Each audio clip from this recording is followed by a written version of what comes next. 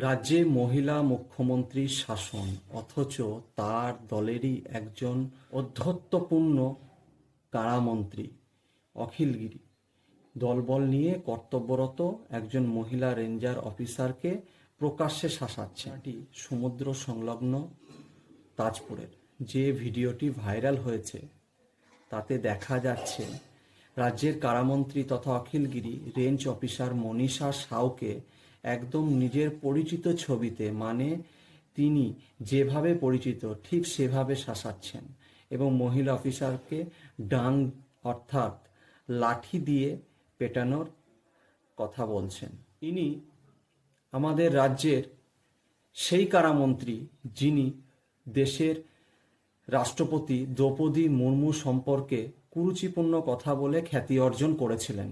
তার এহেন আচরণের জন্য মুখ্যমন্ত্রী পর্যন্ত দুঃখ